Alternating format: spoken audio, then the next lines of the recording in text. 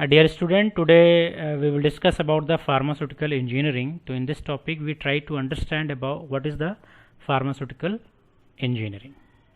So let's start with the pharmaceutical engineering. So we read introduction. Pharmaceutical engineering is concerned with the study of industrial process. So in this pharmaceutical engineering we try to understand industrial process. So there's a two words, pharmaceutical and engineering. So pharmaceuticals means related to the drug, and engineering means it is a science and technology. So we can use the technology, we can prepare the pharmaceuticals. So in the industrial process, raw material are changed or separate into pharmaceutically useful products. Drug excipients means here this is the raw material. Raw materials को हम लोगों को convert करना है pharmaceutical useful products में. It may be drugs means API, excipient और it may be dosage forms. So the raw material is converted into the pharmaceutical useful products और drug, excipient and dosage form. It is a through process. So that's why it is called industrial process. So industrial process, raw material are changed or separated into pharmaceutical useful products. What is the application of pharmaceutical engineering? If you see the application, so in application first one is a production of dosage form. And if first we can prepare a dosage form means conversion of drug. What is the dosage form? Conversion of drug means raw material into medicine, means dosage form like tablets, suspension and injections. So in previous video we will discuss about what is the dosage form, but here if you see there is a two words. Dosage means dose. Dose means amount of drug. यानी हम drug के amount की बात करेंगे. Forms में state of matter, यानी state of matter अगर देखें तो सॉलिड हो सकता है, लिक्विड हो सकता है, गैस हो सकता है या सेमी सॉलिड. तो clearly we can define amount of drug in which state, either solid, liquid or gas, administered into biological system for therapeutic activity is known as dosage form. So पहला pharmaceutical engineering का जो application है, utilisation है in production of dosage form, यानी tablet, suspension या liquid, semi solid, solid dosage form को अगर prepare करते हैं तो उसमें फार्मास्यूटिकल इंजीनियरिंग का यूज होगा. नोवेल ड्रग डिलीवरी सिस्टम, यानी कन्वेंशनल ड्रग डिलीवरी सिस्टम से we can move novel drug delivery system. इसके बारे में मैं आप लोगों को एक बार फिर से एक नया वीडियो लेक्चर्स में आप लोगों को नोवेल ड्रग डिलीवरी सिस्टम क्या होता है इसके बारे में बताऊंगा आपको. सेकंड अगर देखें, production of bulk drug means chemical, यानी raw material converted into drugs. Drugs को हम लोग कहते हैं API, means active pharmaceutical ingredient. Active pharmaceutical ingredient, this is called drug. So example अगर आप देखें, example salicylic acid is acetylated to obtain acetyl salicylic acid, this is called aspirin. यानी salicylic acid से हमें aspirin मिलेगा through a process. एक process के through हमें salicylic acid से aspirin मिलेगा. एक साइंटिस्ट थे Paul Ehrlich, had found atoxyl, an arsenic containing compound which is harmful to humans, was very effective at killing trypanosoma pallidum which is cause syphilis. So Paul Ehrlich ने एक substance पाया जिसका नाम Atoxil था, arsenic compound, जो उन्होंने देखा कि सिफिलिस डिजीज में बहुत इफेक्टिव है, but it is a harmful to human. लेकिन यह ह्यूमंस के लिए क्या था? हार्मफुल था. So he can alter the structure of atoxyl. इन्होंने जो स्ट्रक्चर था एटॉक्सिल का उसको उन्होंने अल्टर किया, and then he found the compound effective against the syphilis and least harmful to humans. यानी जो कंपाउंड मिला ये इफेक्टिव था सिफिलिस का, लेकिन अभी क्या होगा? Least harmful to humans. और ये कंपाउंड है, this is called arsphenamines, this is called salvarsan, this is the first modern anti microbial agent. Third देखें, third production of antibiotics. Production of antibiotics means manufacture of drug means antibiotics using microbes by fermentation technology. Antibiotics means against the life. Against the life. So antibiotics को define भी किया जाता है, substance obtain from the microbes means living organism to kill और inhibit the growth of microbes is known as antibiotics.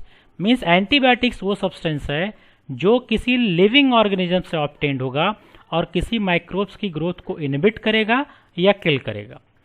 If you see the example, penicillin G is produce by using penicillin chrysogenum. It is by a penicillin chrysogenum is a mold, यानी mold is a living organism और living organism से जो हमें chemical मिला वो penicillin G, तो penicillin G is called as antibiotics.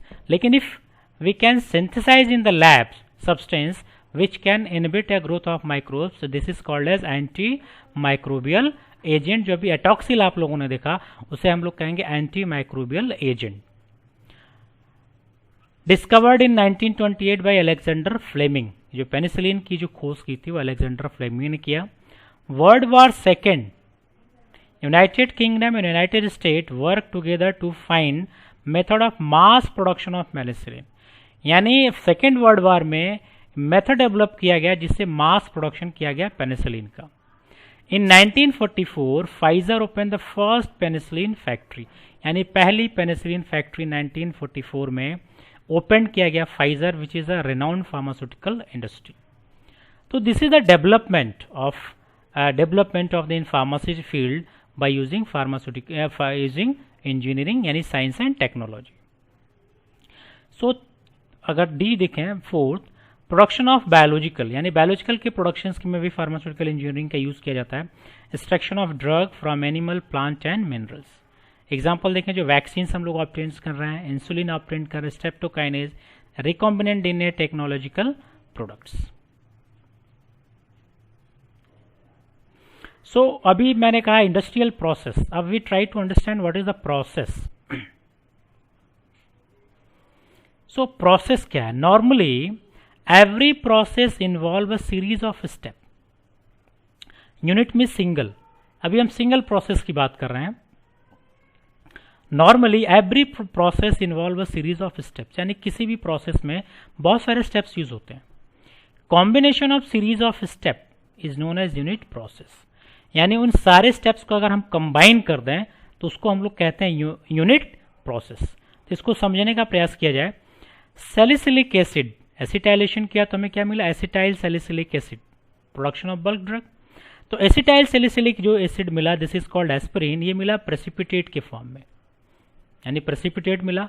अब हम लोग क्या करेंगे? इसको फिल्टर करेंगे।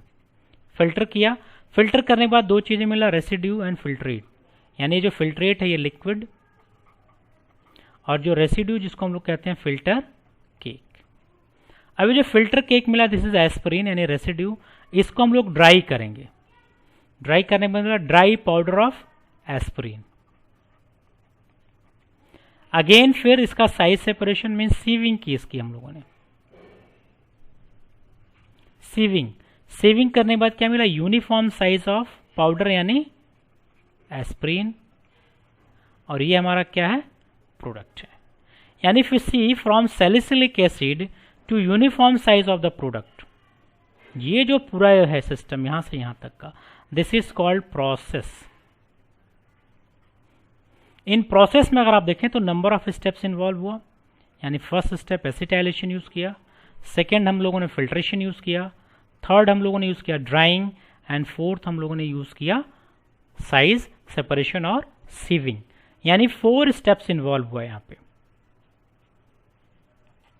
ये जो 4 स्टेप को कंबाइंड में हम लोग कहेंगे this is acetyl preparation of aspirin, it is a process from salicylic acid to uniform size powder of aspirin. तो इसलिए जो कॉम्बिनेशन ऑफ स्टेप्स है उसको हम लोग कहते हैं प्रोसेस। प्रोसेस में भी फिजिकल और केमिकल, यानी ये फिजिकल भी हो सकता है और केमिकल भी हो सकता है।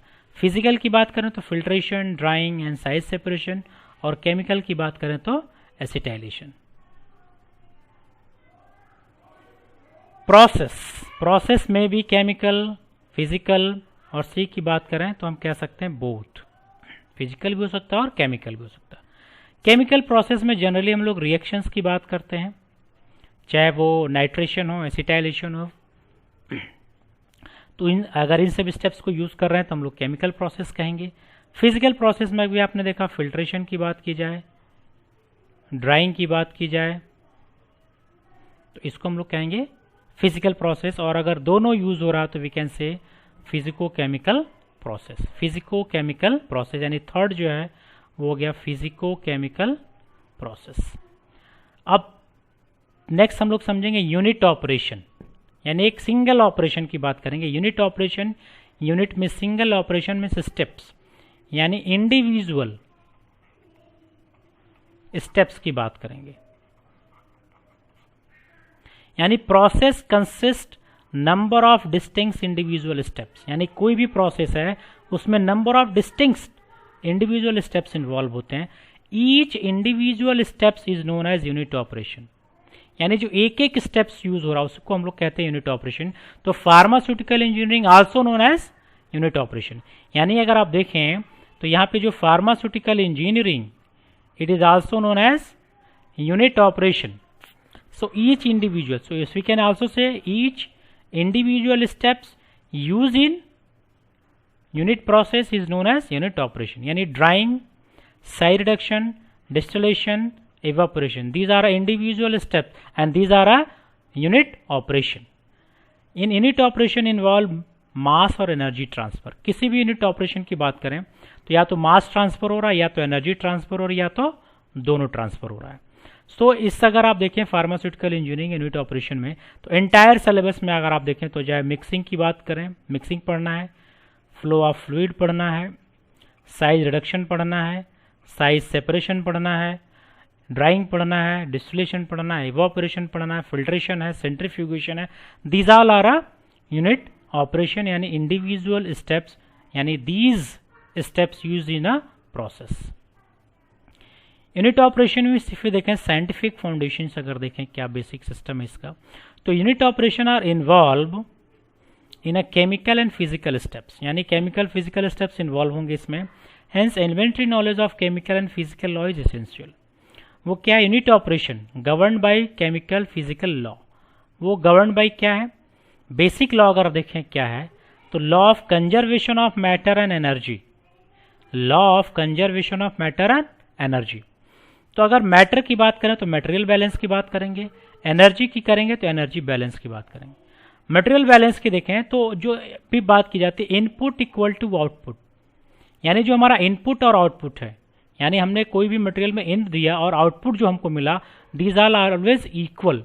और इसको अगर हमें इनपुट आउटपुट एस्टिमेट करना हो तो हम लोग मोलर कंसंट्रेशन, मोल फ्रैक्शन से उसको एस्टिमेट कर सकते हैं, यानी जैसे हम लोग कहते हैं ना परसेंटेज यील्ड जो हम लोग कैलकुलेट करते हैं। एनर्जी बैलेंस की बात करें तो input equal to output consider किया गया heat, mechanical, electrical, chemical and radiations. तो कंजर्वेशन एनर्जी अगर आप देखें थर्मोडायनेमिक्स में लॉ में आप लोगों ने पढ़ा होगा, energy neither create not destroy but it can converted into one form to another form. यानी यहाँ पे जो बात की जाती है वो बात की जाती है कि जो इनपुट है इक्वल टू आउटपुट, चाहे वो मटेरियल का हो चाहे वो एनर्जी का है, जो भी इनपुट देंगे हमारा आउटपुट, यानी जो टोटल जो हमको आउटपुट मिलेगा, इनपुट और आउटपुट का जो टोटल किया जाएगा वो हमेशा क्या होगा? इक्वल होगा। अगर आपने कोई मटेरियल इनपुट किया ए तो जो हमें आउटपुट मिल रहा बी, यानी ये 100 है तो ये भी हमें कितना मिलेगा? 100। एक अलग बात है कि हमारे पास क्या होता है? वेस्टेज। यानी एनर्जी की बात करें तो एनर्जी में जो इनपुट दी जाती है, जो एनर्जी का आउटपुट मिलता है, उस आउटपुट में जो वेस्टेज एनर्जी होती है उन सबको अगर कैलकुलेट किया जाए तो input equal to always output. So this is a basic introduction of the pharmaceutical engineering. This is also called as unit operation. So pharmaceutical engineering is related to the pharmaceutical means related to the drug, pharmacy, and engineering means science and technology. So industrial process की बात की गई और process मैंने बताया it is a combination of series of step.